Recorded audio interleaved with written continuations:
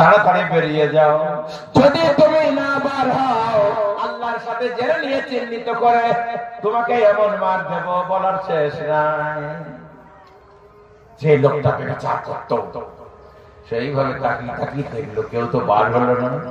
ও মান বুঝতে পারলো আমি ছাড়া কেউ না।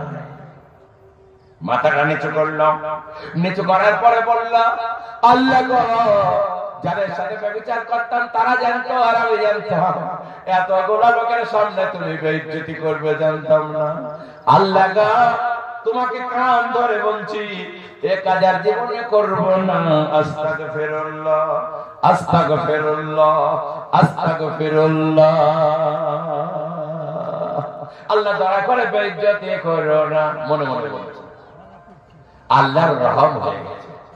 এক টুকরা মেঘ এসে গোটা আকাশ অন্ধকার হয়ে গেল, ঝমঝম করে পানি হতে লাগলো। এক হাঁটু পানি রাস্তায় দাঁড়িয়ে গেল।